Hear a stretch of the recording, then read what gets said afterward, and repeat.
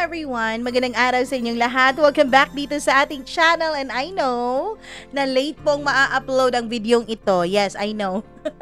Dahil wala po tayong internet o nagkaroon po ng internet disruption dito sa aming lugar kasi nga sobrang lakas ng ulan kagabi. So, ayan na nga.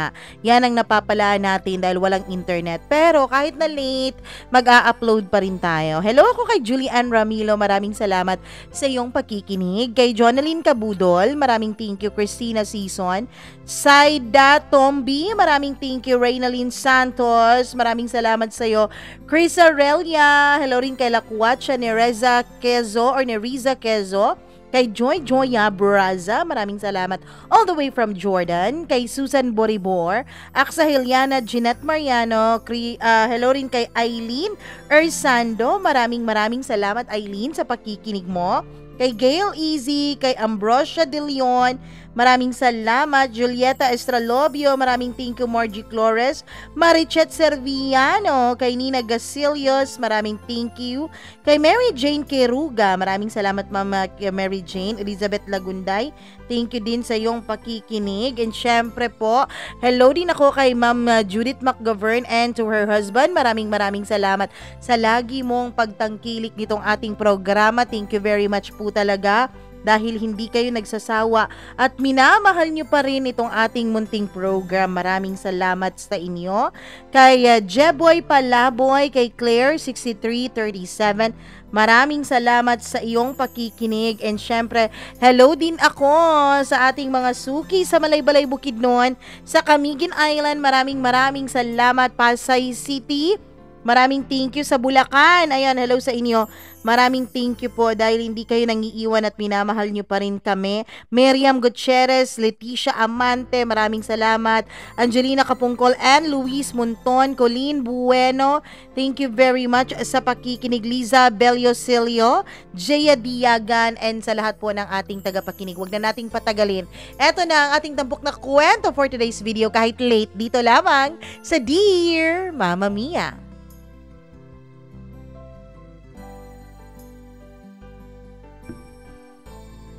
Mahirap minsan ang maging makasarili, lalo na kung nasanay ka na sa inyong pamilya ay laging may nagbibigay at nagsasakripisyo. Pero ang mas mahirap pa dyan ay kung sino pa iyong mga natulungan, ay sila pa ang unang huhusga at mangmamaliit sa'yo sa oras na sa kanila ikaw ay wala ng pakinabang.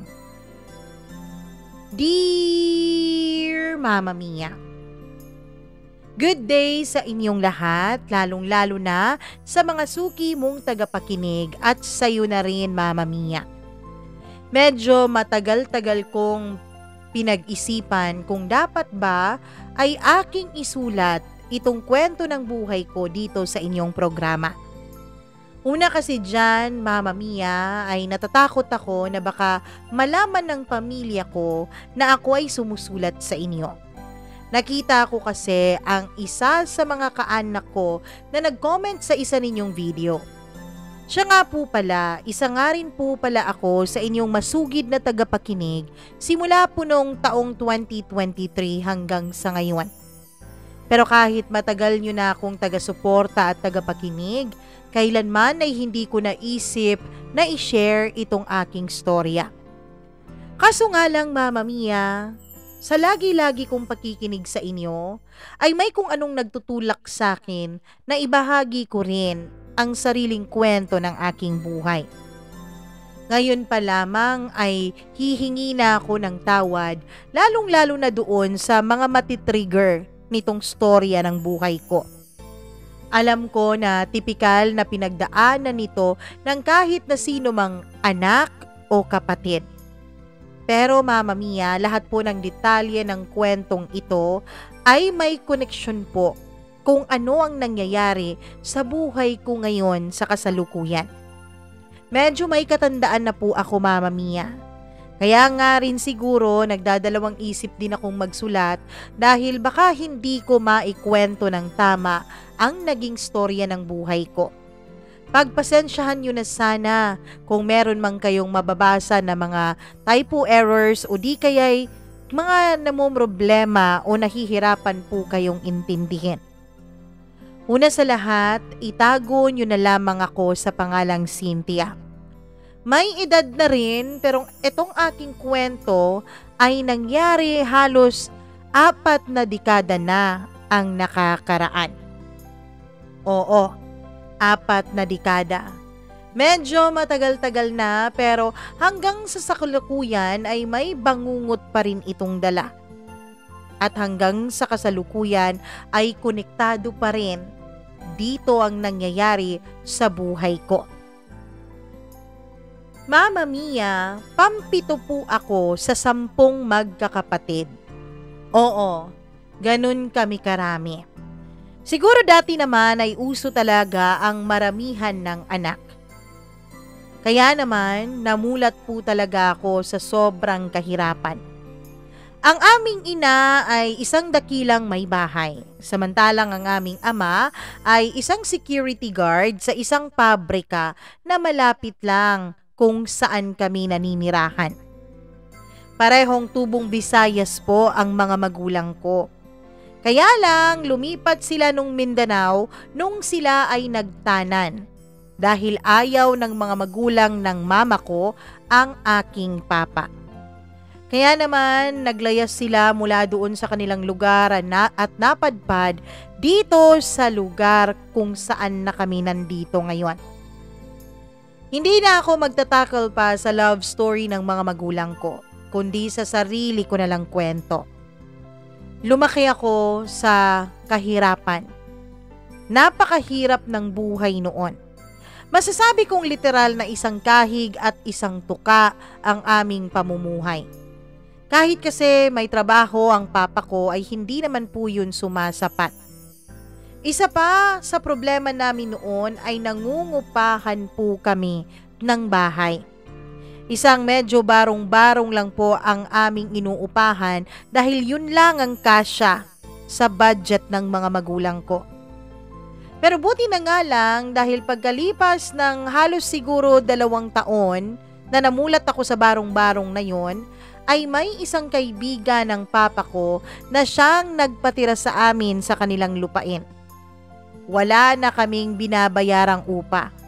Pero nalakihan naman kami sa gastos sa pagpapatayo namin ng aming sariling bahay kubo. Namulat ako, Mama Mia, na tabi-tabi kami ng mga ate ko sa pagtulog. Pati rin ang mga kapatid kong lalaki ay magkakatabi din sila. Ako po kasi ang bunso sa mga babae, although 7 po ako sa 10 magkakapatid. 4 kaming mga babae at 6 naman ang mga lalaki. Yung panganay namin ay lalaki, babae yung 2 sumunod, pagkatapos lalaki naman yung 2 at ako yung babae at lalaki ang 3 kong mga kapatid. Mahirap ang buhay. Sobra. Hindi nga namin nakakayanan noon ang mag-aral, Mama Mia. Naaalala ko pa, sumasama-sama ako noon sa panganay kong kapatid na babae para magtinda ng isda. Napakahirap kasi ng buhay kaya kailangan na kahit kaming mga anak ay tumulong sa paghahanap buhay. Ang ate ko kasi ay madiskarte. Marami siyang alam na gawain. Para po siyang panganay sa amin kahit na pangalawa lang naman siya. Yung panganay naming lalaki, Mama Mia, ay maagang nagbulakbol. Maagang nambuntis kaya maaga ring nag-asawa. Maagang hindi naasahan ng aming pamilya. Si ate, siya na ang tumayong panganay sa aming lahat. Nagtitinda siya ng isda, ng mga prutas o kung ano-ano pa mang mga gulay. Ang ginagawa niya ay pumupunta po siya sa palengke. Tumutulong-tulong doon para maghugas ng isda at magtinda. Hanggang sa napagkatiwalaan na siya ng kanyang naging kaibigan sa palengke kaya umaangkat na siya ng isda at siya namang inilalako niya sa mga lugar kung saan malayo ang palengke. Ang kita naman niya doon, Mama Mia, ay halos ata 20% ang kanyang itinutubo sa bawat kilo ng isda. Dito nakikita kong nakakatulong ang ate ko. Kaya naman sumasama-sama ako sa kanya. Hindi naglaon ay kami na halos lahat na magkakapatid ang gumagawa noon. Mama Mia, high school lang ang tinapos ng ate ko. Wala pa kasing mga scholarship noon. Wala pang paraan para makapag-aral ka kundi ang magbanat ng buto. Kaya nga lang, hindi yun magagawa ng ate ko kasi sobra-sobra po ang pagod niya sa paglalako. Tapos yung kanyang kinikita ay itinutulong niya sa aming pamilya. Nung ako ay nag-aaral ng elementarya ay laging sinasabi ng ate ko na kahit na anong mangyari ay patatapusin niya ako sa aking pag-aaral. Masipag ka kasi, Cynthia. Nakikita ko ring matalino ka. Kaya magtapos ka ha. Sisikapin ni ate. Nagawin ang lahat para lang makapag-aral ka. Ate naman, dapat mas mauna mong paaralin yung sarili mo kasi sa ating lahat, ikaw yata yung pinakamatalino eh. Ikaw lang ata yung may honor. Lagi kong sagot sa kanya noon. Hindi, wala nang tsansa ang ate mo. Ikaw na lang para magkaroon pa ng tsansa ang buhay mo. Lagi yung sinasabi sa amin ng ate. Akala ko nga nung una, Mama Mia, ay hanggang pangako lamang yon at hanggang pangarap lamang yon. Pero nung pag-graduate na ako ng elementarya, ay gulat na gulat ako nung umuwi ako ng bahay na may mga nagkakagulong tao. Ang amin kasing tinitirhan, Mama Mia, ay malapit din sa mga kapitbahay namin. Kaya naman, gulat na gulat ako kung bakit may mga kapitbahay na nakikiusyoso sa bahay namin. Nung una ay natakot pa ako, Mama Mia. Ano bang meron sa bahay? May nangyayari bang masama? Tanong ko noon sa utak ko. Nung naisip ko na baka may nangyaring masama sa isa sa mga kapamilya ko, ay dali-dali po akong tumakbo. Hindi ko naalintana na halos mapigtas na noon ang tsinelas na suot ko basta lang makarating agad ako sa bahay namin. Anong meron dito? Tanong ko agad sa aming kapitbahay nung makalapit na ako. Yung ate mo mag-aasawa na. Ano? Sinong ate? Si Ate Cora mo mag-aasawa na raw eh. Gulat na gulat talaga ako dahil wala naman akong kaalam-alam noon na may boyfriend ang ate ko. Lagi niya akong kasakasama sa bawat pagkakataon na naglalako siya ng isda at kung ano-anong paninda kapag walang pasok, Mama Mia. Ni isang beses, hindi ko po siya nakita na merong kasamang balalaki o di kaya'y nobyo. Kahit nga kaibigan, halos wala ang ate ko dahil busy ito sa kanyang paghahanap buhay. Nung makapasok ako, Mama Mia, ay nagulat na lamang ako. May isang lalaki na halos bata-bata lang sa edad ng ama namin. Pero halatang halata sa itsura niya na di hamak na mas matanda siya ng halos siguro 2 dekada kumpara sa ate ko. Anong nangyayari? June, tanong ko doon sa kapatid namin na sumunod sa akin. Mag-aasawa na raw si Ate Cora eh. Ano? Paano mag-aasawa si ate? Eh wala namang boyfriend yan. Yan oh, yung lalaking yan, boyfriend niya. At tinuro niya yung lalaki na may katandaan kumpara kay ate. May ibang mga tao din sa bahay, mga estranghero sa paningin ko, Mama Mia. Yun pala ay pamilya nung lalaki. Gulat na gulat ako dahil inaya na kaming lahat ng mama ko na kumain. Pero yung mga kapatid ko naman ay sayang-saya sa pagkain. Kasi ang nakahain doon, Mama Mia, ay may mga manok tapos may baboy. Afritada ata yun, hindi na ako sigurado. Basta maraming handa. Marami kung ikukumpara mo sa araw-araw naming pagkain na puro na lang sardinas o di kaya instant noodles o itlog. Kakaiba ang gabing yun dahil napakaraming pagkain. Pati nga yung mga kapitbahay namin na mga 800 at 800 ay nakakain rin sa aming handa. Tuwang-tuwa ang lahat, maging ang aking mga magulang. Pero nakita kong parang hindi naman masaya ang mukha ng ate ko. Narinig ko na silang nag-uusap tungkol sa pagpapakasal. Meron ng pag-uusap kung kailan, kung saang simbahan, at kinuha pa nga ako bilang isa sa mga abay noon. Bongga pala ang kasal na to kasi may mga abay. Hindi kasi uso sa panahon namin noon, Mama Mia, na may mga abay-abay na ganyan.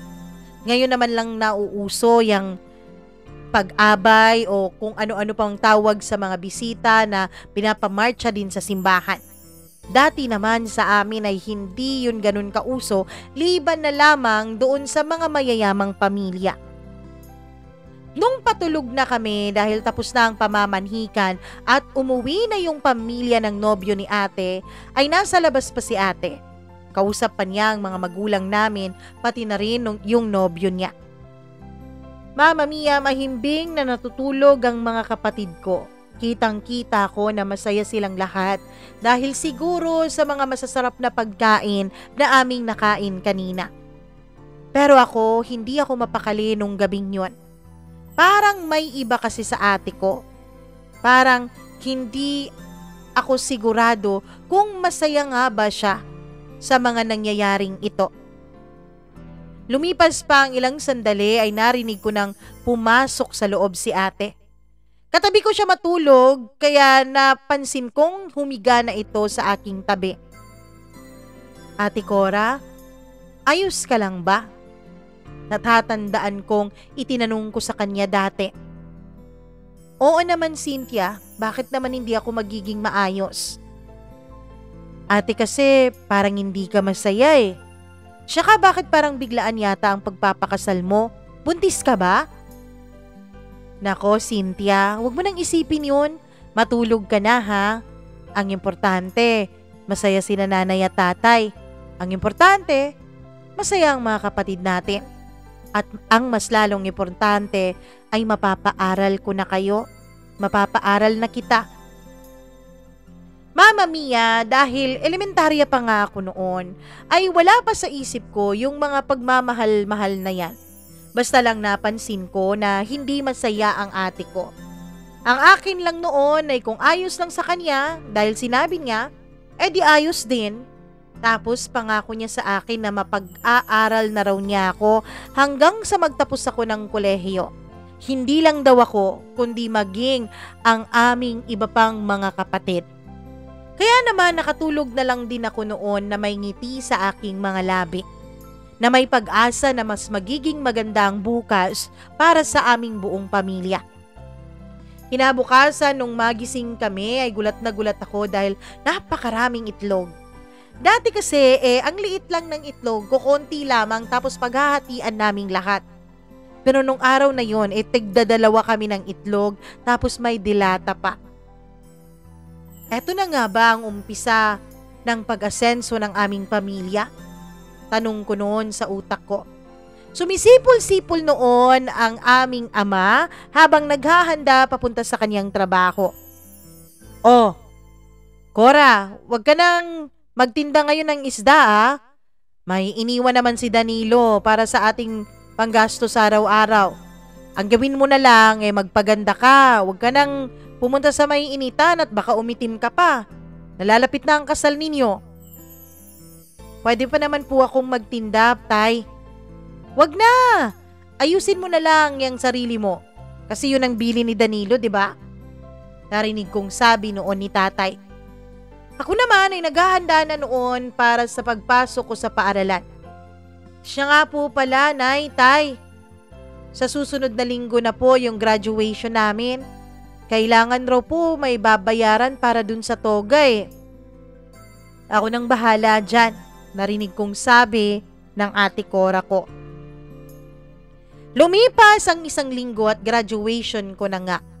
Pagkatapos noon, Mama Mia, ay nagulat ako dahil pag uwi ko ay may papansit at pa-fried chicken sa bahay.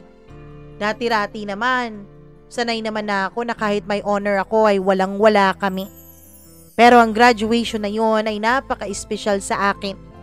Nakita ko rin na ngumingiti ang ate Cora ko na para bang sinasabi niya sa akin na proud siya sa akin.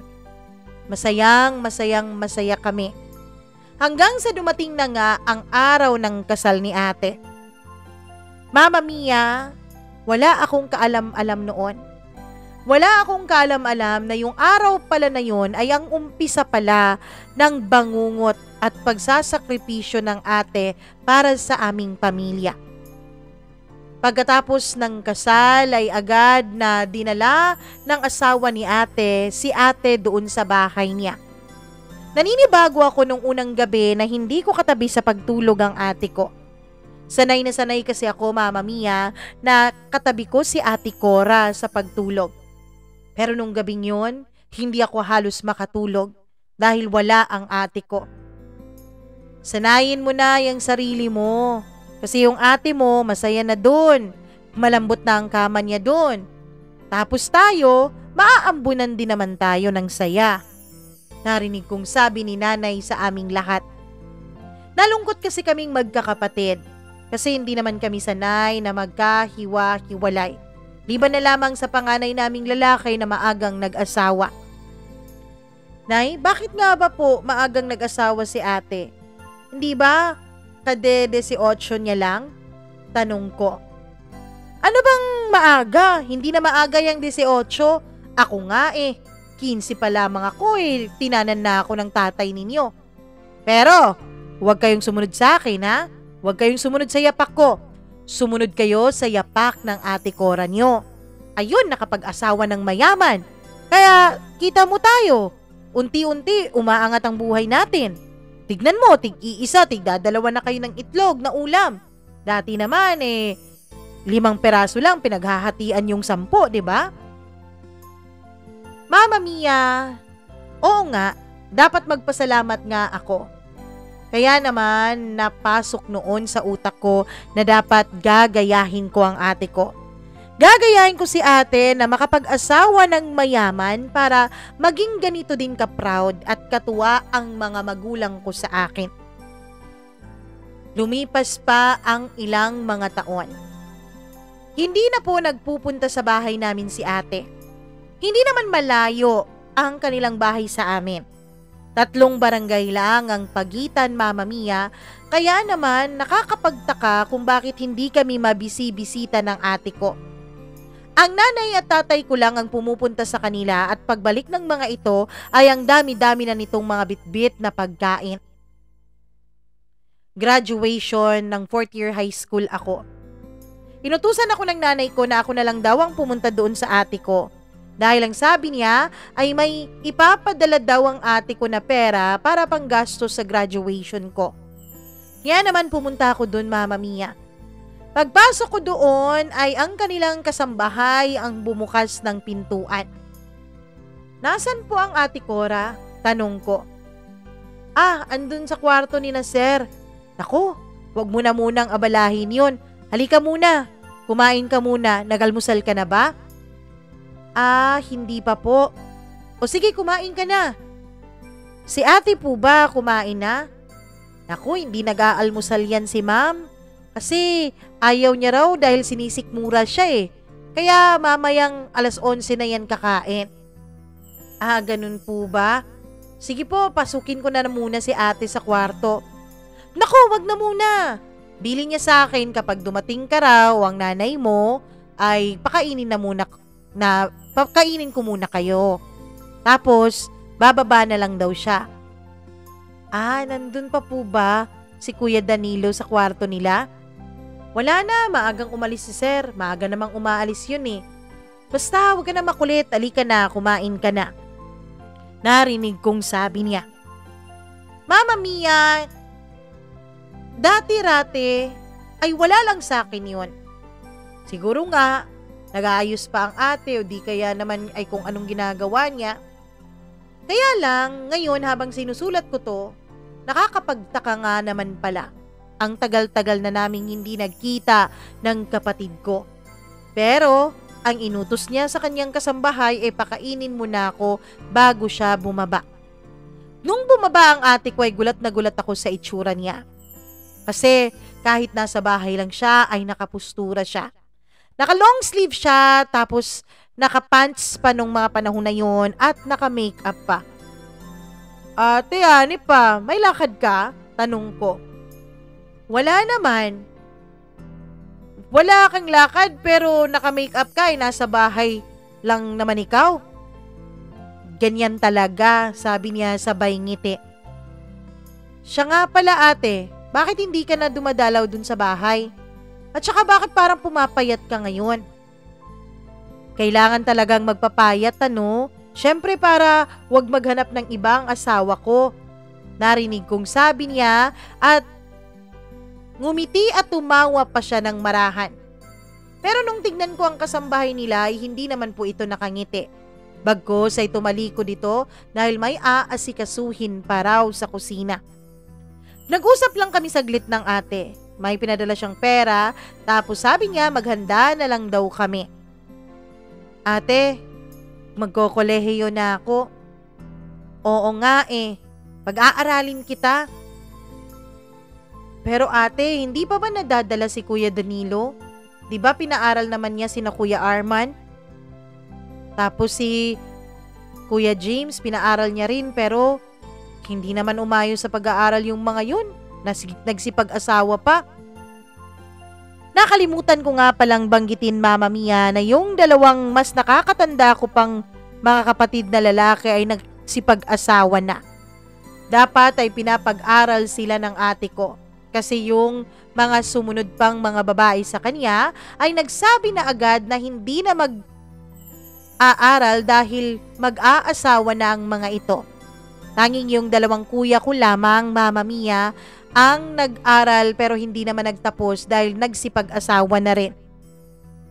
Alam mo kasi, Cynthia, dapat talagang mag-aral kang mabuti. Huwag mong gayahin yung iba nating mga kapatid, ha? Mag-aral ka para makapagtapos ka at nang makatulong ka kina nanay at tatay at sa mga nakababata pa nating kapatid.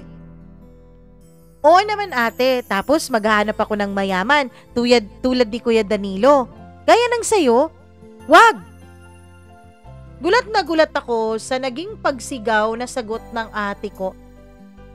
Ano? Mas madali yata yun ate, yung maghanap ako ng mayaman.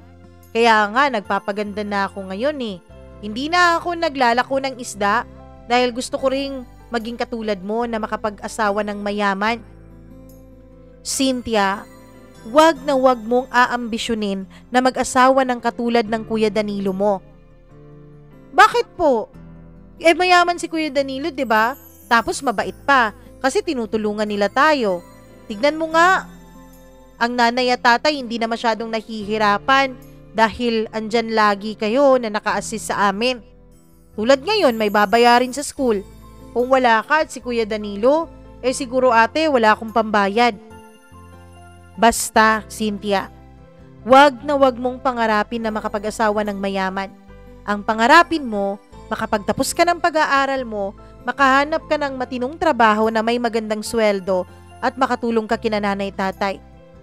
Alam mo, kung may pagpipilian lang ako, mas gusto ko na pinagbabanat ko ng buto ang itinutulong ko sa pamilya natin. Hindi yung inaasa ko sa ibang tao.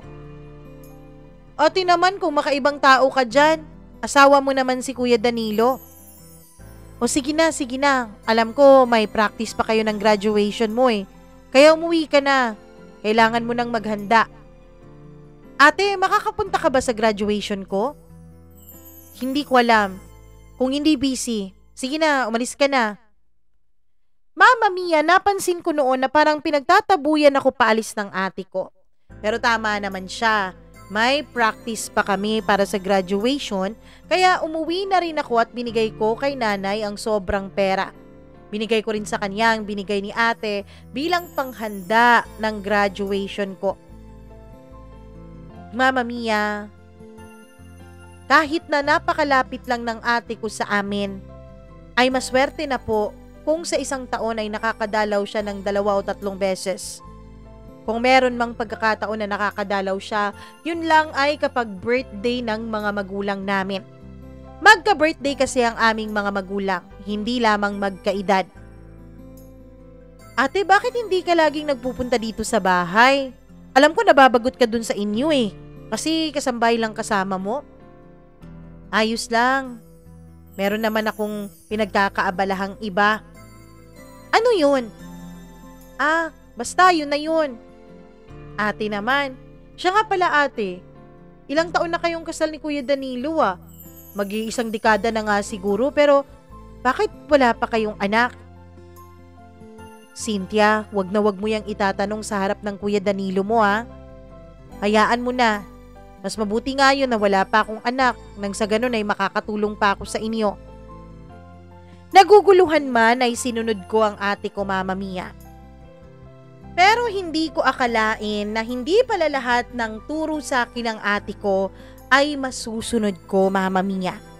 Isa kasi sa mga turo niya ay wag na wag raw muna akong pumasok sa pagkikipagrelasyon. Dahil ang sabi niya, distraction lang daw ang pagkikipagrelasyon. Kailangan daw ang focus ko ay nasa aking pag-aaral nang sa ganon ay makapagtapos ako sa tamang panahon. Kaya lang Mama Mia, hindi mo naman mapipigilan pag puso na ang tumibok at nagmahal. Itago natin siya sa pangalang Ricky. Nakilala ko po si Ricky dahil sa isang school symposium. Meron kasi noong parang seminar sa bawat school sa lugar at pati na rin sa mga karatig lugar namin. Kumbaga, pumipili ang university o kung anumang paaralan ang pinag-aaralan mo ng 10 estudyante na ipapadala para sa seminar na yon. At syempre, hindi naman po sa pagmamayabang dahil may utak naman ako ng konti ay isa po ako sa mga napili. Medyo malayo po ang symposium na yon. Sa Baguio pa, Mama Mia. Kaya malaki-laking gastusin yon para sa ate ko. Ayoko sanang pumayag na sumali, Mama Mia, kaya lang malaking puntos daw po yun sa grade namin, pati na rin sa aming resume. Kasi malalagay daw namin yon sa aming mga biodata. Ate, wag na lang kaya akong sumali dyan. Sabi ko kay ate nung pumunta siya sa school para magbayad doon. Ano bang wag? Kailangan mo yan. Sabi ko naman sa'yo, di ba? Pagtatapusin kita ng pag-aaral. Gagawin ko ang lahat para masigurado ko na maganda-ganda ang magiging kinabukasan mo. Hindi ka matulad sa akin. Anong ibig mong sabihin, ate? Anong para hindi ako matulad sa'yo? Basta wag nang maraming tanong, Cynthia. Sumunod ka na lang. Isa pa, experience din to para sa'yo. Binayaran ng ate ko ang aming symposium, Mama Mia. Malaki po ang gastos nun. Mga nasa 20,000 mahigit. At nung mga panahon namin na yon, Mama Mia, ay napakalaki na po ng 20,000. Kaya naman, medyo nahiya ako nun sa ate ko. Sinabi ko sa sarili ko na mas pag-iigihan ko talaga ang pag-aaral ko at ipinapangako ko rin sa ate ko na kapag nakapagtapos na ako ay hindi na niya kailangang tulungan pa ang pamilya namin. Dahil ako na ang bahala sa nakababata naming mga kapatid, pati na rin sa mga magulang namin. Mama Mia, nakapunta nga ako sa symposium na yon. At doon ko nakilala si Ricky. Magkatabi kasi kami ng upuan noon, Mama Mia, dahil naka-alphabetical order po bawat apelyido yung mga upuan. Doon ko nalaman na iisa lang pala kami ng lugar. Magkaiba nga lang kami ng school. Ang liit-liit ng mundo, dito pa talaga tayo nagkita. Ang liit-liit ng syudad natin. Ricky nga pala. Ako naman si Cynthia. Nakita niya kasi yung nakalagay sa nameplate ko kung saan ako nag-aaral, Mama Mia. Sabi niya, malapit lang daw ang paaralan namin sa isa't isa. Dahil magkapareho kami ng lengguwahe ni Ricky kasi nga magkalugar kami, ay mas madali po kaming naging close. 3 araw ang symposium na yun at naging close talaga kami doon. Makalipas ang 3 araw ay syempre umuwi na kami. Hindi ko akalain na magpapatuloy ang koneksyon namin ni Ricky sa isa't isa dahil akala ko ay natapos na yon nung pagtatapos ng symposium. Kaya lang Mama Mia, araw ng Lunes, pagkatapos ng klase ko, ay palabas na ako noon sa gate ng paaralan. Gulat na gulat ako dahil nasa labas si Ricky na para bang may inaantay. Huy! Pansin ko sa kanya dahil parang hindi niya ako nakita. May inaantay ka dito, no? Ano, nililigawan mo? Biro kong tanong sa kanya. Liligawan pa lang. Talaga? Sino? Baka kakilala ko. Kilalang kilala mo nga siya. Kilalang kilala ko? Ibig sabihin ba, isa dun sa mga kasama ko sa symposium? Hindi. Nasa harap ko na siya ngayon. Ramdam kong namula ang mukha ko nung mga panahon na yon dahil uminit po yun, Mama Mia. Parang lahat yata ng dugo ko sa katawan ay umakyat noon sa mga pisngi ko. Hala siya, nagbablush ka oh. Tukso pa niya sa akin. Huy, hindi ah. Anong hindi? Kitang-kita oh. Siguro may gusto ka rin sa akin oh. Ano ba Ricky, wag mo nga akong binibiro ng ganyan. Sige na, alis na ako, uwi na ako.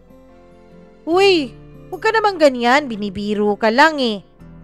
Sige na, joke lang yon. Aayain sana kitang magmerienda, Cynthia, kung ayos lang sa'yo. Dahil gutom na rin ako nung mga panahon na yun, Mama Mia, at syempre gusto ko ring makasama si Ricky dahil na-miss ko siya ng ilang mga araw, ay sumama akong magmerienda sa kanya. At mula nga sa araw na yun ay araw-araw na kaming magkasama ni Ricky. Halos araw-araw niya akong inaabangan sa labas ng school. Sabay kaming umuuwi. Nagkakakwentuhan kami ng kahit na ano at palagay talaga ang loob ko sa kanya. Hindi nagtagal ay sinabi na rin ni Ricky sa akin ang kanyang intensyon. Mahal kita, Cynthia. Gusto kitang maging girlfriend. Walang pagdadalawang isip na pagtatapat niya sa akin. Ricky kasi, hindi pa ako handa sa mga ganyang uri ng relasyon. Ano? Bakit naman? Kasi Kasi kailangan kong magtapos ng pag-aaral ko. Bakit? Hindi ka ba makakapagtapos kung maging tayo? Ricky kasi baka ma-distract lang ako sa pag-aaral ko. Pangako ko sa'yo, Cynthia, hindi ako magiging abala at hadlang sa pag-aaral mo. Magiging inspirasyon mo pa nga ako para mas pag-igiyan mong pag-aaral mo eh. Ricky, hindi talaga pwede. Nangako ako sa mga magulang ko at sa ate kong nagpapaaral sa akin. Cynthia naman, alam ko naman na gusto mo rin ako eh. Mama Mia, naging makulit si Ricky, kaya naman nasigawan ko na siya. Makulit siya at sinabi niyang hindi naman daw talaga siya hahadlang sa mga pangarap ko. Bagkus ay tutulungan pa niya ako sa aking mga pangarap. Kaya lang hindi madali yon. Hindi madali sa akin, lalo't nakapangako ako sa ate ko. Alam ko kasi noon, Mama Mia, na hindi naman kailangan na pag-aralin ako ni ate, pero ginagawa niya. Sinisigurado niya na may tutulong sa mga magulang namin at sa iba pang mga nakababata naming kapatid. At ayokong biguin ang ate ko. Pero mula nung nasiguan ko nga si Ricky ay hindi na siya nagpapakita sa akin. Wala pang cellphone nung mga panahon na yon. May mga kaibigan si Ricky na naging kaibigan ko na rin. Pero kapag nagkikita naman kami ay wala namang sinasabi ang mga ito tungkol kay Ricky.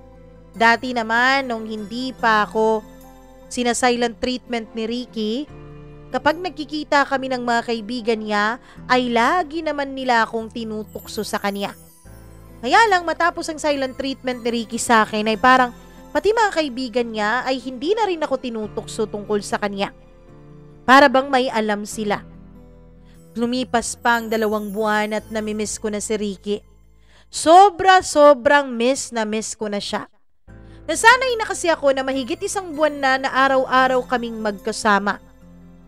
Hanggang sa hindi na nga ako nakatiis, Mama Mia. Ako na mismo ang nagtanong sa isa sa mga kaibigan ni Ricky kung ano bang nangyari sa kanya. Hindi mo ba alam? Anong hindi ko alam? Hindi mo nga alam. Sige, ganito na lang. Pumunta ka sa paaralan namin, mamayang alas 5 ng hapon ha. Sabi sa akin ng kaibigan niya na may girlfriend rin sa school namin kaya nakapunta doon. Anong meron? Basta pumunta ka nang malaman mo. Kahit na nagdadalawang isip ako dahil sobra-sobrang miss ko na rin si Ricky ay pumunta pa rin ako doon, Mama Mia. Nagantay ako sa labas ng gate gaya nung sinabi ng kaibigan ni Ricky. At nagulat ako nung lumabas si Ricky ay may kasama itong ibang babae. Nakakbay pa si Ricky sa magandang babae na yon. Gulat na gulat naman ako. Alam ko na ang mukha ko ay hindi maipinta noong pagkakataon na yun, Mama Mia. Imbis na tatalikod na ako ay bigla akong nakita ni Ricky. Cynthia, anong ginagawa mo dito? Tumakbo ako palayo dahil hindi ko alam kung anong sasabihin ko noon. Hindi ko alam na sinundan pala ako sa pagtakbo ni Ricky. Huy Cynthia, saan ka pupunta? Sabi niya nung naabutan niya ako at nahawakan ng kamay ko. Hindi na dapat ako pumunta dito eh. Aalis na ako, Ricky. Sabi ko. Anong aalis? Ako ba ang sadya mo? Hindi na importante yun, Ricky. Busy ka naman pala. Hindi naman ako busy, kakalabas ko lang. Balikan mo na yung nobya mo. Sige, alis na ako. Anong nobya? Yun ba? Huwag mong sabihing nagsiselos ka. Ako nagsiselos? Hindi ano? Nagsiselos ka eh. Mahal mo nga talaga ako, no? Kung mahal mo ako, ilisagutin mo na ako. Sabi niya. Ricky, alam mo namang hindi pwede, diba? Cynthia, wala naman tayong gagawing masama. Irerespeto naman kita, tigagalang. Ang gusto ko lang naman maging opisyal ang relasyon natin. Pero kung ayaw mo, wala akong magagawa. Siguro hindi mo rin naman ako masisisi kung maghanap ako ng iba. Kung ayaw mo, 'di ba? Wag! Bigla kong pigil sa kanya. Mama Mia, hindi ko na nga napigilan noon ang sarili ko. Kahit na hindi pa pwede, kahit na may pangako ako noon sa ate ko at sa mga magulang ko, ay hindi ko na napanindigan ang pangakong yon. Agad ko nang sinagot si Ricky sa araw din na yon. Naging masaya naman ang relasyon namin ni Ricky. Masayang masaya. Pero umabot kami sa punto, Mama Mia, na may nangyari sa aming dalawa. Dahil nga po yun sa isang party sa school namin. Sumama sa akin si Ricky at dahil medyo nakainom na kami nung mga panahon na yon, ay may nangyari sa aming dalawa. Hindi ko na lang idedetalye ang mga nangyari, basta yun na yun. Kabang-kaba ako nung nangyari yon. Takot na takot ako dahil akala ko ay mabubuntis ako. Lalo pa nung hindi ako dinatnan matapos ang isang buwan na may nangyari sa amin ni Ricky. Mama Mia, pinilit ko pong iwasan si Ricky. Pero hindi siya pumapayag. Lagi niya akong sinusundan at nagsusorry siya sa akin dahil dun sa nangyari. Sabi niya hindi na raw mauulit yon hanggat hindi ko gugustuhin. Kaya naman, nakampante ako. Lalo pa nung dinatnan na ako ng aking buwanang dalaw. Balik to normal kaming dalawa ni Ricky hanggang sa isang araw ay nagulat ako dahil paglabas ko ng school ay nandun ang tatay ko. Tay, anong ginagawa mo dito? Tanong ko sa kanya at palingalinga ako dahil baka nandun si Ricky at tiyak na magkakagulo dahil alam ko kung bakit nandun ang tatay. Siguro may nakapagbalita na sa kanya, Mama Mia. Hindi naman kasi ugali ng tatay ko ang pumupunta sa school kahit pa nga may okasyon, Mama Mia. Ngayon pa kayang walang okasyon. Sigurado ako, Mama Mia, na merong rason kung bakit nandoon ang tatay ko. Oh, sino hinahanap mo? Lalaki mo? Anong lalaki? Tatay naman eh. Sabi ko noon na pilit pinapakalma ang sarili ko. Huwag ka nang magkaila sa akin, Cynthia. Alam ko na. Marami nang nakapagsabi sa akin. Hindi lang iilan sa mga kapitbahay natin. Ngayon, pati pinsan mo nakita na kayong dalawa ng lalaki mo. Naglalampungan kayo tapos sa daan pa? Hindi ka na nahiyang babae ka? Tay naman, hindi naman totoo yun. Anong hindi totoo? Halika na, uwi na tayo. Tay, may gagawin pa ako eh, sabi ko. At anong gagawin mo ha? Aantayin mo yung lalaki mo? Sandali lang po tay, may kukunin lang ako sa classmate ko. Nilapitan ko yung nakita kong isa kong kaibigan na kaibigan rin ni Ricky. Pasimple akong nagbilin sa kanya na kung makita niya si Ricky ay pauwiin na lang dahil nauna na akong umuwi kasi sinundo ako ng tatay ko. Pero Mama Mia, pagdating ko sa bahay ay sinampal ako ng tatay ko.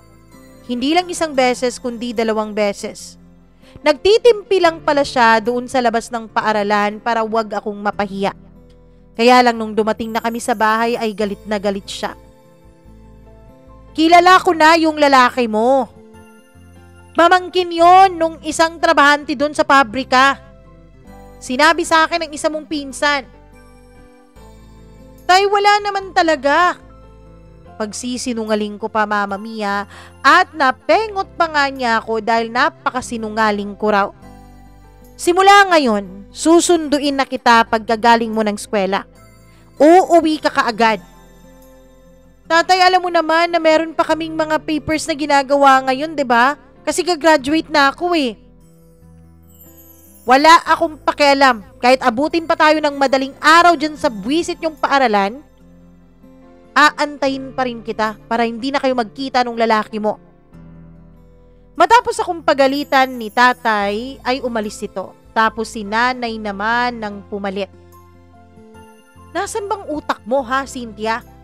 Akala ko ba, sabi mo tutulungan mo pa kami ng tatay mo. Tutulungan mo pang makapagtapos ang mga nakababata mong kapatid. Gagawin ko naman talaga yun, Nay. Paano mo pa gagawin yun? Mag-aasawa ka na. Nagbo-boyfriend ka na. Nay, boyfriend pa naman yun. Hindi pa naman yun asawa. San ba pupunta yung boyfriend na yan, ha? Tignan mo nga yung mga iba mong ate. Tignan mo nga yung mga iba mong mga kuya. Di ba nagsipag-asawa ng maaga? Buti na nga lang itong ate Cora mo ang siyang tumitingin sa atin. Dahil kung wala yung ate Cora mo, nasa kangkungan pa rin tayo ngayon. Kung wala yung ate Cora mo, naglalako ka pa rin ngayon ng isda at malansang-malansa pa rin ang amoy mo. Sa tingin mo ba papatulan ka nung lalaki mo kapag malansa ang amoy mo, ha? Ayus-ayusin mo nga yan. Kung mabuboyfriend ka, sana tulad na lang ng Kuya Danilo mo. Bakit sa isang hampas lupa pa? Mama Mia, hindi ako makapaniwala sa mga lumalabas noon sa bibig ng nanay ko. Hindi naman po kami mayaman. Medyo nakakaalwan kami sa buhay kasi nga tinutulungan kami ni ate at ni Kuya Danilo, pero bakit napakamata pobre naman ang mga magulang ko? At gaya nga ng sabi ni tatay ay sinusundo na niya ako sa paaralan. Hanggang sa isang araw, Mama Mia. Isang araw matapos ang 2 linggo na patuloy na pagsundo ni tatay sa akin, ay biglang dumating si Ricky sa bahay. Sakto namang naabutan pa niya noon si tatay dahil nag-aalmusal pa lamang ito papuntang trabaho. Sino yan?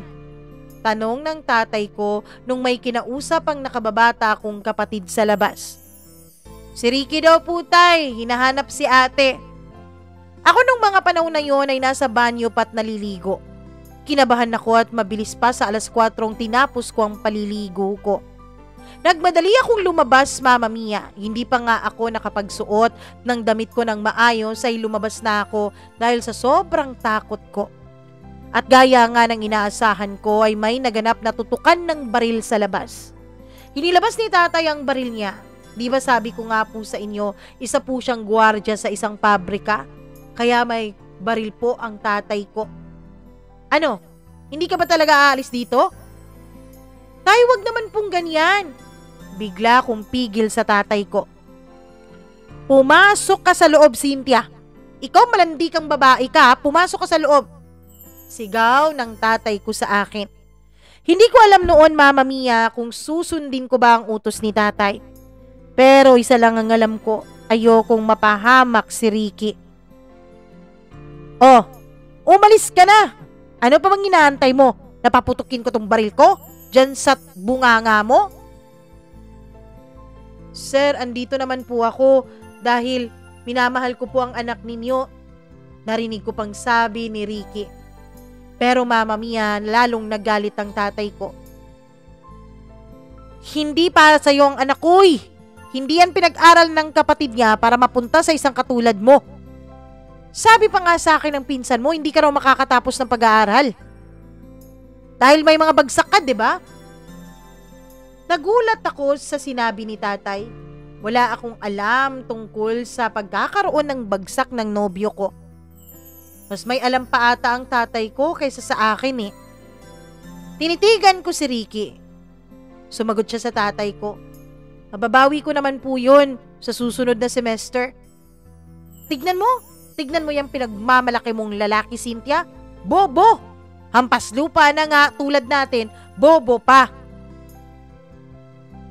Mama Mia, nagkagulo talaga nung mga panahon na yon. Nung umalis na si Ricky ay tsaka pa lang natahimik ang lugar. Na-late na ako dahil yan sa kalandian ng anak mo. Sabi ng tatay ko kay nanay. Halika na, sabay na tayong pumasok. Baka kung saan ka pa maglandi eh. Inihatid ako ng tatay ko sa paaralan kahit out of the way yun sa trabaho niya, Mama Mia. Pero pagkatapos niyang umalis, ay lumabas din ako ng paaralan para puntahan si Ricky.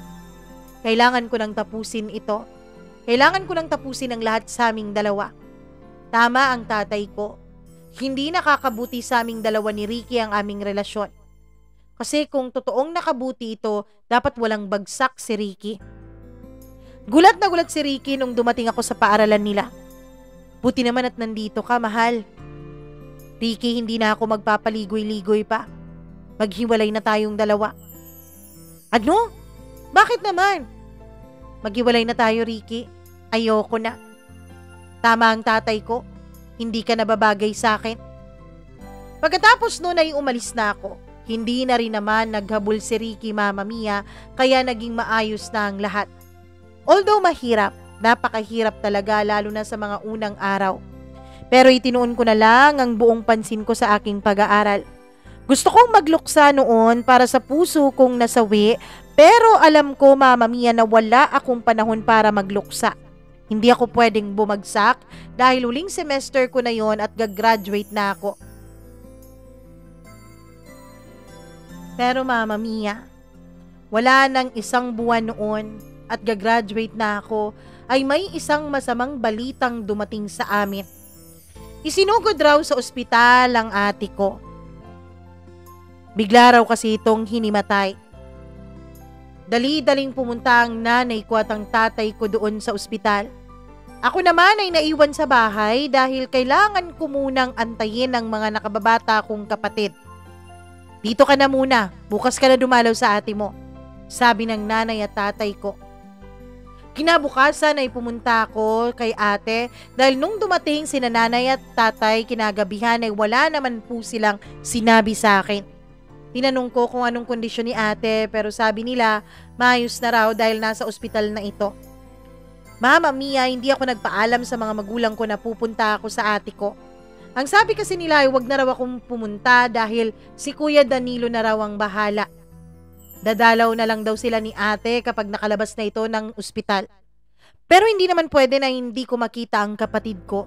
Hindi pwede na hindi masagot ang tanong ko kung bakit na ospital si ate. Hindi rin naman siya buntis dahil kung ganun ay dapat masayang ibinalita sa amin ng mga magulang namin na nagdadalang tao si ate, hindi ba? Kaya naman dahil iisang subject lang nung araw na yun ang may pasok ako kasi yung iba ay wala na dahil tapos na at gagraduate na lang kami, ay pumunta ako ng ospital. Halos hindi pa ako sabihan ng nurse kung nasaan ang kwarto ng kapatid ko. Pinakita ako naman ng ID ko, Mama Mia, pero dahil hindi na kami magka-apelyido ni ate, kasi nag-asawa na nga siya, ay halos hindi pa ako papuntahin ng nurse. Bilin daw kasi ng asawa ni ate ay walang ibang makakapunta doon. Buti na lang at magkamukha naman kami ni ate at syempre may isa doong nurse na nakakakilala sa amin at sinabi nito na kapatid nga ako nung pasyente ay pinapasok na rin ako ng nurse at sinabi na niya sa akin ang room number na kinaroroonan ni ate. Nung makarating ako dun, Mama Mia, ay sobrang gulat ko. Kulang ang salitang shock para ilarawan ko ang naramdaman ko nung makita ko ang itsura ng kapatid ko. Ang dami niyang pasa. Tapos Mama Mia, naka-oxygen pa ang ate ko nung mga panahon na yon. Ano nangyari sa'yo, ate? Bigla kong tawag sa kanya. Umiiyak ako noon dahil hindi sumasagot ang ate ko. Ano bang nangyayari sa ate ko? Sunod-sunod kong tanong. Pero walang ibang makasagot sa akin. Hanggang sa dumating ang mga magulang ni Kuya Danilo. Nung nakita nila ang itsura ng ate ko, ay agad silang humingi ng tawad sa akin. Sino may gawa nito sa ate ko? Yung anak niyo po ba? Tanong ko. Mama Mia, dun ko nalaman ang lahat ng katotohanan. Matagal na palang binubugbog ni Kuya Danilo si ate. Mama Mia, hindi nakasurvive ang ate ko dahil matagal na pala siyang may mga pasa sa katawan niya. Nagkaroon na siya ng blood clot sa utak niya na hindi na po kakayanin ng operasyon. Dalawang araw matapos ang graduation day ko ay tuluyan na ring na maalam ang ate ko. Grabe ang iyak namin noon buong pamilya, lalo na ako, Mama Mia. Sobra-sobra ang pag-iyak ko. Ang mga magulang ko ay humihingi ng tawad kay ate dahil hindi nila alam na ganun pala raw kalala ang ginagawa ni Kuya Danilo sa kanya. Alam niyo ba kung anong masakit, Mama Mia? Noong malaman naming lahat ang tungkol sa ginagawa ni Kuya Danilo kay ate, ay bigla na lang itong nawala. Nang ibang bansa agad ito. Iniwan niya sa kanyang mga magulang ang pangangalaga kay ate, pati na rin ang sa pagpapa-ospital nito. Mga magulang din ni Kuya Danilo ang gumastos para mailibing si ate. Nung matapos ang libing ay tsaka lang namin napag-usapan bilang pamilya ang nangyari sa ate ko. Doon ko lang nalaman, Mama Mia, na sobra-sobra pala ang pagsasakripisyong ginawa ni ate. Hindi nga pala niya talaga boyfriend si Kuya Danilo. Nalaman ko na lang ito mula sa nakakatanda naming kapatid sa aming panganay. Sa kanya raw kasi sumulat si ate.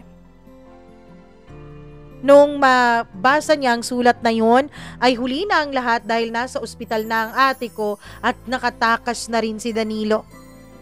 Pinagsamantalahan pala nung Danilo na yon ang ate ko, Mama Mia, nung minsan na naglako ito ng isda sa kanila. Pinapasok niya raw ito kasi wala raw panukli sa pera nitong 1,000. Mga nasa 100 plus lang daw ang binili nitong isda. Kaya ang sabi ay maghahanap daw ito ng barya sa loob kaya pinapasok niya si ate. Dahil walang ibang tao doon ay nagawa niya ang karumal-dumal na krimen para sa ate ko. Mama Mia, pinagsamantalahan niya ang ate. Pagkatapos ng pananamantalanan niya yon, ay nagsumbong naman ang ate ko sa mga magulang ko. Kaso nga lang, bago pa makapag-report sa pulis ang mga magulang ko, ay dumating sina Danilo pati na ang mga magulang niya at namanhikan sa bahay namin. Hindi alam noon ng tatay ko kung ano ang gagawin. Pero ate ko na raw ang pumili na wag nang ipakulong si Danilo at magpapakasal na raw siya nito. Kasi nangako naman si Danilo na tutulungan ang buo naming pamilya. Kaso lang, Mama Mia, hindi naging madali ang buhay ko o ang buhay ng ate ko sa piling ng asawa niya. Walang araw na hindi siya nito sinasaktan ng pisikal. Kaya pala nung bumisita ako sa kanya ay matagal bago siya nakalabas ng kanyang kwarto, bago siya nakababa sa kusina, ay nagbihis pa pala ito para takpan ang mga pasa niya. Nag-makeup din pala ito para matakpan ang mga pasa niya sa mukha. Awang-awa ako noon sa ate ko. Sobra-sobra ang pagkaawa ko sa ate ko, Mama Mia. Ganun pala ang naging sakripisyo niya para sa amin. Kaya naman pinangako ko sa libing niya. Pinangako ko na ako na ang bahala kina nanay at tatay at sa mga nakababata naming kapatid. Pagkatapos ng graduation ay agad akong naghanap ng trabaho. Hindi pa ako nakapag-take noon ng board exam ay nagtrabaho na ako. Hindi nga ako nag-review, Mama Mia, dahil inuna kong magtrabaho kasi wala nang susuporta sa amin. Hindi ko na rin kasi tinatanggap ang perang galing sa mga magulang ng Danilo na yon. Nagsampa ako ng kaso sa kanya, Mama Mia, kaya lang sino pa bang kakasuhan ko, nasa ibang bansa na siya. At napakagastos naman talaga ang magsampa ng kaso dito sa Pilipinas. Bago mo pa makuha ang ustisyang hinahangad mo, ay mamumulubi ka muna sa sobrang gastos at sa sobrang tagal ng proseso. Kaya naman hindi na rin yon naasikaso pa. Mas inuna ko ang pag-aaral ng mga nakababata kong kapatid. 2 taon bago ako nag-take ng board exam. Buti na lang, Mama Mia, at nakapasa pa rin naman ako kahit na late na akong nag-take. At nung nakapasa nga ako ay mas lalong naging maganda ang trabaho ko. Pinag-aral ko ang mga kapatid ko. Kaya lang, Mama Mia, gaya ng mga iba naming mga kapatid, iisa lang po ang nagtapos, yung bunso lang namin, dahil yung 2 pa ay hindi na po nag-aral kasi nagsipag-asawa rin. Ang mas masaklap pa doon, Mama Mia, ang mga kapatid ko ay natutong sumandal sa akin. Kasi yung mga kuya ko, dahil nga wala silang trabaho, ako ang nagpaaral sa kanilang mga anak. Nung una ay sa high school pa naman. Dahil nga sa pampublikong paaralan naman ay nakakaya ko pa ang kanilang pag-aaral. Pero Mama Mia, dahil nga po, siguro pinag-aaral ko ang mga anak nila ay nawalan ng mga responsibilidad ang mga kapatid ko. Kaya ang ginawa nila ay nag-anak na lang ng nag-anak. Tapos nung pinag-aral ko ang 2 kong pamangkin mula sa 2 kong kuya, ay nagselos naman ang iba ko pang mga kapatid na may mga anak din. Bakit daw yung mga anak lang ng iba naming kapatid ang pinag-aaral ko? Bakit hindi raw ako patas? At para matahimik na, ay pinag-aral ko na rin ang iba ko pang mga pamangkin sa iba't iba kong kapatid. Hanggang sa hindi ko na namalayan, Mama Mia. Hindi ko na namalayan na buong buhay ko na pala ay nasa mga kapatid ko na. Dahil nga yung mga kapatid ko ang nag-aalaga sa mga magulang ko habang nasa abroad ako, Mama Mia, ay wala akong magawa kundi pati sila ay ambunan na rin ng pang-araw-araw na gastusin. Pinarenovate ko ang bahay namin dahil ibinigay na yung lupa dun kay tatay ng kaniyang kaibigan. Kaya naman dahil malaki ang lupa ay pinalakihan ko rin ang bahay. Pero nung lumaki na ang bahay, halos lahat ng mga kapatid ko ay dun na rin nakatira kasama ang kanilang mga pamilya. At nung gano'n na nga, Mama Mia, syempre, tubig kuryente ako nang nagbabayad. Pati pagpapaaral ng kanilang mga anak, pati na rin yung pang-araw-araw na gastusin. Alangan naman, pera lang para panggamot at syempre, pangkain ng mga magulang ko ang ipadala ko, 'di ba? Syempre kapag nagpapadala ako, ay pati rin sila nakikinabang. Mama Mia, hindi nagtagal ay nakapagtapos din naman ako ng 3 ko pang mga pamangkin. Kaya lang, huli na po ang lahat. 54 years old na ako nung nalaman ko, Mama Mia, na may buhay pala ako. Tsaka ko lang naramdaman yon nung namatay na magkasunod ang mga magulang ko.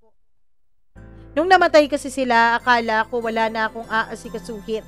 Akala ko ay mga kapatid ko na ang bahala sa kanilang mga buhay. Kasi sila naman ang tumitira sa bahay ng magulang ko, 'di ba? Nung mamatay na magkasunod ang mga magulang namin, ang ginawa ko, Mama Mia, ay kumuha ako ng isang bahay. Maliit lang naman para sa sarili ko. Umuwi ako ng Pilipinas at dito na nagnegosyo. Dito ko rin nakilala ang lalaking itago na lang natin sa pangalang Fernando. Si Fernando, Mama Mia, ay matanda na. Meron siyang asawa, oo. Pero matagal na silang hiwalay. Hindi sila hiwalay ng bahay, hindi sila annulled, pero wala na po sila. Tapos yung asawa niya ay may sakit. Sinusuportahan pa rin naman ni Fernando ang asawa niya. Malalaki na ang mga anak niya at may kanya-kanya ng buhay ang mga ito. Si Fernando kasi ay nasa 60s na, samantalang ako ay nasa 50s na. Mama Mia, nung naging kami ni Fernando ay tinigil ko na po ang pagsuporta sa mga kapatid ko. Yun kasi ang sinabi sa akin ni Fernando. Matagal na raw na nagiging linta ang mga kapatid ko sa akin. Dahil wala na rin naman daw ang mga magulang namin, dapat matuto na silang tumayo sa sarili nilang mga paa. Tama naman si Fernando. Kaya ang ginawa ko, Mama Mia, ay pinutol ko ang pagpapadala sa kanila. Noong isang buwan pa lang na hindi ako nagpadala, ay 2 kapatid ko na ang nag-message sa akin sa aking messenger. Oy, Cynthia, nakalimutan mo yatang magpadala ngayong buwan na, sabi nung isa. Cynthia, baka naman pwede mong laki-lakihan since delayed ang pagpapadala mo, sabi naman nung isa. Mama Mia, gulat na gulat ako kung bakit ganon ang kanilang sinabi sa akin. Nung hindi pa rin ako nagpadala at hindi ko pinansin ang mga mensahe nila, ay tumawag na ang mga ito sa akin. Sabi may disconnection notice na raw ang kuryente sa bahay. Cynthia, magpadala ka na, pati yung internet, wala nang pambayad eh. Pwede bang kayo naman? Wala na si nanay at tatay, di ba? Tapos kayo ang nakikinabang dyan sa bahay, kayo namang nakatira dyan. Kaya hanapan nyo na lang yan ng paraan. Ano ka ba, Cynthia? Alam mo naman na wala kaming trabaho, di ba? Alam mo naman na wala kaming pinagkakakitaan. Ikaw nga lang inaasahan namin eh. Di ba nangako ka kay Ate Cora? Mama Mia, dun ako naggalit sa mga kapatid ko. Kung bakit dinamay-damay pa nila ang pangalan ng nag-iisa naming kapatid na nagsakripisyo para sa aming lahat. Huwag niyong idamay si Ate Cora dito ha. Isa pa, obligasyon niyo na yan. Matagal ko kayong sinuportahan. Tapos na rin naman ang iba niyong mga anak kaya patulungin niyo na. Ano ka ba naman, Cynthia? Hindi naman namin mga retirement plan yung mga anak namin eh. Sino yung retirement plan niyo? Ako? Pagkatapos nun, Mama Mia, ay blinak ko sila sa lahat ng social media accounts ko. Oo, kahit na may katandaan na ako ay may mga social media accounts pa rin naman ako dahil doon sa mga kaibigan ko na may mga anak at sa ilan ko pang mga ina-anak sa binyag.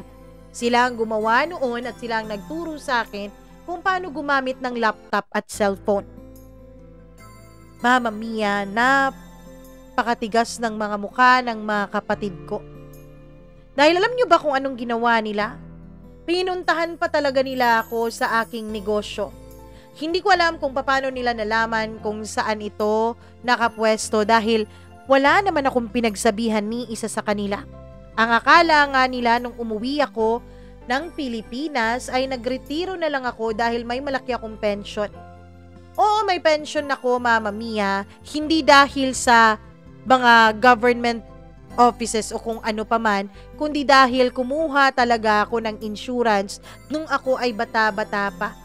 Yun kasi ang natutunan ko sa pagtatrabaho ko sa ibang bansa, na dapat may kanya-kanyang insurance ang mga tao. Kaya naman masasabi kong hindi talaga mahirap ang buhay ko. Kung tutuusin, kaya ko pa namang tumulong sa kanila. Kaya lang, nung sinabi sa akin ni Fernando na inaabuso na ako ng mga kapatid ko, ay tsaka ko palang nakita ang pangit na epekto nung mga panahon na kargo ko pa silang lahat. Nanggulo sila dun sa aking negosyo, Mama Mia. May mga customers pa talagang nakakita. Ano bang ginagawa mo Cynthia? Dito ba nagpapakasasa ka sa yaman mo, tapos kami namamatay ng mulat ang mga mata sa gutom? Dahil hindi po ako sanay na pinapahiya ako in public, ay wala akong nagawa kundi mag-abot ng konting pera. Kulang pa to ha, dagdagan mo pa. Sa susunod na linggo, babalik ulit kami dito. Mama mia, napaiyak na lang ako sa sobrang kapal ng mukha ng mga kapatid ko. Hanggang sa sumunod na linggo ay hindi ako nagbukas ng buong isang linggo dahil sa takot ko na baka pumunta doon ang mga kapatid ko. Pero alam niyo ba kung anong ginawa nila, Mama Mia? Pumunta pa talaga sila sa bahay ko at ang naabutan nila doon dahil namamalengke ako ay walang iba kundi si Fernando. Nagkagulo raw, sabi ng aking kapitbahay. Nagkasagutan daw si Fernando at ang mga kapatid ko. Tinawag daw ni Fernando ang mga kapatid ko na mga ingrato at ingrato. Tinawag din naman ng mga kapatid ko si Fernando na linta. Humingi ako ng tawad kay Fernando. Kung tutusin, Mama Mia, napakayaman ni Fernando at hindi niya kailangang maging linta sa akin. Akala ko ay matatapos na doon ang gulo pero nagulat na lang ako nung mag-post ang mga kapatid ko pati na rin ang mga pamangkin ko ng kung ano-ano tungkol sa akin. Pati ang mga pamangkin kong pinagtapos ko ng pag-aaral, Mama Mia, ay walang utang na loob na pinagpo-post ako sa Facebook. Nalaman ko yon dahil ang isa naming kapitbahay, dati, na kaibigan ko sa Facebook ay nag-screenshot ng kanilang mga pinagpo-post at sinend sa akin. May pangalan pa talaga yung mga post na yon, Mama Mia. Nakalagay doon na malandi daw ako at wala daw akong konsensya. Dahil buhay pa raw yung asawa ni Fernando ay kinakalantari ko na siya. Nasa bingit ng kamatayan daw ang asawa nito pero kaming dalawa ay nagpapakasaya sa paglalandian sa isa't isa. Hindi naman ganun yun, Mama Mia. Hindi ganun yun dahil kahit mga anak ni Fernando ay nakausap ko. Pati sila alam na hiwalay na ang kanilang mga magulang. Alam ang relasyon namin ni Fernando pero wala naman po silang sinasabing masama sa amin. Pero itong mga kapatid ko, kung ano-ano ang mga pinagkakalat nila sa social media. Nakesyo pumatol raw ako sa isang gurang pa sa akin dahil alam kong mayaman. Wala raw akong utang na loob na pinagsilbihan nila ang mga magulang ko nung buhay pa ang mga ito. Ako daw ni kahit kailan hindi ako nakapagsilbi sa mga magulang ko. Hindi ako nakapag-alaga sa mga magulang ko nung may mga sakit ang mga ito. Hindi raw ako nagkapalit o nagpalit ng diaper ng mga magulang ko nung hindi na nila kayang pumunta pa ng banyo. Paano ko magagawa yun, Mama Mia? Inasa ibang bansa ako. Paano ko magagawa yun kung ako lang ang inaasahan nila? Para sa pang-araw-araw na gastusin at gastusin na rin sa pagpapagamot ng aming mga magulang. Sobra akong napaiyak nung mabasa ko ang lahat ng yon. Sabi ni Fernando ay pwede ko raw kasuhan ng mga kapatid ko kasi nilagyan talaga nila ng pangalan doon. Pero ano bang maikakaso ko sa kanila? Oo, cyberbullying. Pero makakaganda ba yun? May maaayos ba yun? Mama Mia, simula last year ay ganun na ang mga nababasa ko sa Facebook. Hindi lang iisang kaibigan o iisang pinsan ang nagsisend sa akin tungkol sa mga pinagpo-post nila, kundi marami na po. Hanggang ngayon ay pinapahiya nila ako sa social media. Hanggang ngayon ay hindi nila tinitigilan si Fernando. Mama Mia, buhay na buhay pa po ang asawa ni Fernando at nagpapagaling na ito. Maging ito ay wala namang sinasabi tungkol sa relasyon namin ni Fernando. Pero ang mga kapatid ko, sila pa ang mapanghusga, sila pa ang mapanlait, sila pa ang walang konsensya. Mama Mia, tama po ba ang ginawa kong pagputol ng allowance ng mga kapatid ko? Tama din po ba ang pambablock ko sa kanila? Tama po ba si Fernando na dapat kasuhan ko ang mga kapatid ko nang matigil na ang lahat ng ito? Alam ko po, mas matanda ako sa iyo at sa iba mo pang mga listeners. Pero kahit naman mas matanda pa, minsan mas nangangailangan din ng tulong. Mama Mia, isa nga po ang inyong programa sa araw-araw kong libangan para kahit naman papano ay maiwaglit sa isip ko ang lahat ng mga problemang dinadala ko. Sa ngayon, ang balita ko ay wala na pong kuryente ang bahay na pinatayo ko para sa mga magulang ko. Naputulan na raw ng kuryente ang mga kapatid ko doon. Hindi ko alam kung paano sila nakakasurvive sa araw-araw. Minsan ay nakakaramdam din ako ng konsensya, lalo na kapag kumakain ako ng masarap, lalo na kapag nagta-travel kami ni Fernando sa kung saan.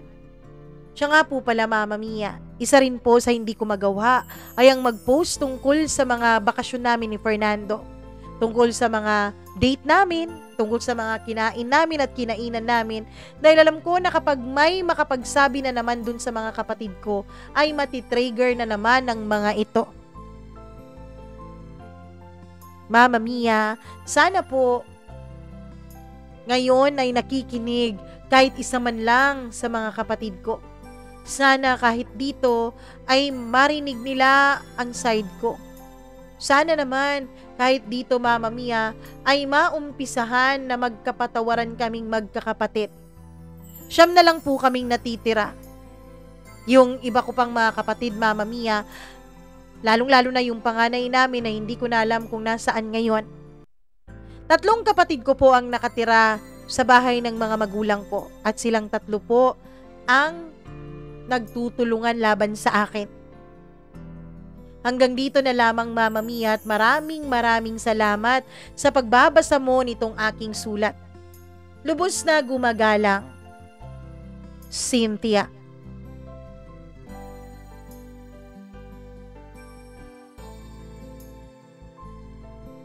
Ayon, ilag kayo, ilag. Alam kong may mga tinamaan dyan. Sa kwento natin ngayon, ako naman. Una tayo doon kay Ate Cora mo, ano? Napakalungkot ng naging kapalaran niya para lang matulungan kayong magkakapatid, matulungan kayong buong pamilya. Napakalungkot na tiniis niya na magpakasal dun sa lalaking bumaboy sa kanya, makisama dun sa lalaking lumapastangan sa kanya, alang-alang lamang sa pera, alang-alang lamang na mabigyan kayo ng magandang kinabukasan. At napaka-ungrateful din naman talaga ng iyong buong pamilya. Oo, 'di ba? Sumalangit nawa ang kaluluwa ng iyong mga magulang, pero napaka-ungrateful din nila. Kaya nilang isakripisyo ang kanilang anak para sa kanilang, 'di ba? Kanilang maayos o medyo maalwan na buhay. Sana ito po ay maging leksyon, hindi lamang sa mga taong willing na umaccept ng kanilang pagkakamali, kundi sa ating lahat, lalong-lalo na sa kabataan na hindi pa nakakapunta dyan sa klase ng buhay na yan. Sana po maging leksyon to. Huwag kayong mag-anak-anak ng napakarami kung hindi nyo naman kayang buhayin at bigyan ng magandang kinabukasan. Okay? Napakarami na pong bata sa mundo, napakarami na pong mga namumroblema sa mundo. Kung nag-anak na kayo ng marami, gawin nyo lahat ng paraan para mabuhay sila ng maayos, mabuhay sila ng marangal. Hindi yung halos ibenta nyo na yung anak ninyo para lang makaalwan-alwan kayo sa buhay. Kasi unang-una naman, kayo naman ang pumili na mag-anak. 'Di ba? Kayo yung nag-anak, kayo yung nagbuntis, kayo yung nagpakasarap. Kaya dapat lang kayo yung magpakahirap para sa mga anak ninyo. Tulad ng mga kapatid ni Cynthia, yung mga anak nila, ang halos bumuhay ay si Cynthia na sa buong pamilya nila, 'di ba? So, napakakapal naman ng mga mukha, di ba? Alam nyo ba, isa sa mga pet peeve ko, ay yung mga humihingi ng kung ano-ano dyan sa mga vlogger, na panggatas lang ng anak ko, pang-birthday lang ng anak ko. Bakit ganun? Bakit kailangang ihingi nyo sa ibang tao yon? Kaya anak nyo yan eh. Kayong bumuo niyan. Kayong gumawa niyan. Di naman sila kasali nung ginawa nyo yan, diba? Hindi naman kayo nang invite na, oy, sali kayo, manood kayo dahil gagawa kami ng baby. Wala namang ganon. So, dapat sana maging responsable tayo. Kung andyan na yan, kung marami ka ng anak, wala na tayong magagawa, andyan na yan. Ang gawin nyo na lang ay magsumikap. Alam nyo, saludong-saludo ako sa mga magulang na kahit ang hirap-hirap ng buhay, kahit na marami silang anak, ay tinataguyod pa rin nila sa abot ng kanilang makakaya. Kaya kung ikaw ngayon na nakikinig, kung wala ka pang anak, hindi pa marami ang anak mo dyan, o isa pa lang yan, isipin mo, kaya mo bang buhayin to? Kaya mo bang bigyan ng magandang bukas? Kaya mo bang pag-aralin hanggang makapagtapos ng kolehiyo? Ganun kasi ang culture natin dito sa Pilipinas eh. Kailangang pag-aralin ka ng magulang mo hanggang sa makapagtapos ka ng college. So, dapat ganun ang mindset mo. Kung isa o dalawang anak lang ang kaya mo hanggang kolehiyo, yun lang ang gawin mong anak. Huwag ka nang gumawa ng marami. Alam nyo, bilib na bilib ako kay Drew Arellano. Alam kong narinig nyo ang balita tungkol sa kanya na nagpa-vasectomy po siya. Bilib na bilib ako sa kanya dahil sa totoo lang, dapat mga lalaki ang gumagawa ng paraan para matigil ang pagdami ng populasyon ng Pilipinas, 'di ba? Kasi unang-una, ang babae, isang beses lang yan magbuntis sa 9 na buwan. Ang lalaki, kahit araw-araw pa yan, pwedeng may mabuntis yan. Kaya dapat, ang mga contraceptive, ang mga pagpigil sa pagbubuntis, dapat responsibilidad yun ng mga lalaki. Ganon. Charot. Anyways, maraming salamat sa pagpapadala mo ng iyong kwento dito sa ating programa, Madam Cynthia. Kung tinatanong mo ako kung tama ba ang ginawa mong pagputol sa iyong sustento sa mga kapatid mo, ay, syempre, dapat nga matagal na eh. Dapat ang ginawa mo dati, kumuha ka na lang ng nurse para sa mga magulang mo. Pinaalis mo yung mga kapatid mo dyan sa bahay eh. Pero nangyari na ang nangyari. Kaya tama lang yan. Kung tinatanong mo rin kung kakaso ka ba, gaya ng sabi ni Fernando, nasa sayo yan. Kung ako naman ikaw, kung ako nasa own opinion ko po ito, wag po kayong mambash. Kung meron kayong inyong opinion, pwede nyong i-comment dyan sa baba. Pero kung ako yan, hindi na ako mag-aaksaya ng panahon. Hindi ko na sila pag-aaksayahan ng panahon na pupunta pa ako ng husgado, magpa-file pa ako ng kaso. Mas-stress lang ako eh. Sabi mo nga, 50 plus ka na. Dapat, dahil hindi mo na-enjoy ang buhay mo nung kabataan mo kasi tulong ka ng tulong sa pamilya mo. Ngayon, ibigay mo na ang panahon na ito para sa sarili mo. Hanggat kaya mo pang magbakasyon, kaya mo pang mag-enjoy, gawin mo. Huwag kang magpaka-stress. Bahala sila sa buhay nila. Sila naman ang masistress sa kakapost ng ganyan. Tapos, yung mga friends mo na nagpo-forward sa'yo ng mga screenshot, sabihin mo, huwag na kayo mag-forward ng kahit anong screenshot dahil I want to live my life peacefully and happily. Dapat ganun. Okay? At yung sabi mo na nahihiya kang mag-post, baka may magsumbong na naman sa kanila, mag-post ka, galitin mo pa lalo ng ma-high blood. Charot lang. Charot lang, napakasamang babae nito. Hindi, mag-post ka. Bakit di ka magpo-post? Kung yun naman ang ikakasaya mo, di ba? Pakialam ba nila? Timeline mo yan, profile mo yan, kaya mag-post ka. Walang dapat makialam sa'yo, lalo't wala ka namang tinatapakang ibang tao. Hayaan mo silang magdadadada dyan, hayaan mo sila. Okay? Panahon na para piliin mo naman ang sarili mo, Cynthia, at wag yung isip ka ng isip kung anong mararamdaman ng ibang tao. Isipin mo naman ang sarili mo kung ano ang naramdaman mo sa mahigit siguro 4 na dekada ng buhay mo na ibinigay mo sa kanila. Ngayon, sa'yo naman, sarili mo naman. Wag mong hayaan na maging katulad ka ng ate Cora mo na namatay na miserable. Dahil sa ginagawang pagtulong sa pamilyang napaka-ungrateful. Okay? Maraming salamat, Madam Cynthia, sa pagbabahagi mo ng napakagandang kwento ng iyong buhay dito sa ating programa. Kung ikaw na nakikinig ngayon, alam kong medyo relate ka dyan, kaya naman i-share mo na ito, i-like mo na tong video na to, at syempre, huwag mong kakalimutang mag-subscribe kung hindi pa kita subscriber. Click mo lang yung subscribe button dyan, tapos yung notification bell, para nabibell ka o na-update ka, nabibell. Nanonotify ka kapag meron tayong bagong video na inilalabas dito sa ating channel. Huwag na po kayong mahiya na mag-subscribe sa atin, at syempre, mag-share na rin kayo ng sarili ninyong kwento ng inyong mga buhay dito sa ating programa. Ang gawin nyo, mag-email kayo mamamiacdo0317@gmail.com. I love you sa lahat ng mga nakaabot sa dito na part ng kwentong ito or ng part ng videong ito. Maraming salamat. I love you. Para sa iyo yan. Magandang araw sa inyong lahat. Enjoy the rest of your day. This is your Mama Mia. Hanggang sa muli po. Paalam!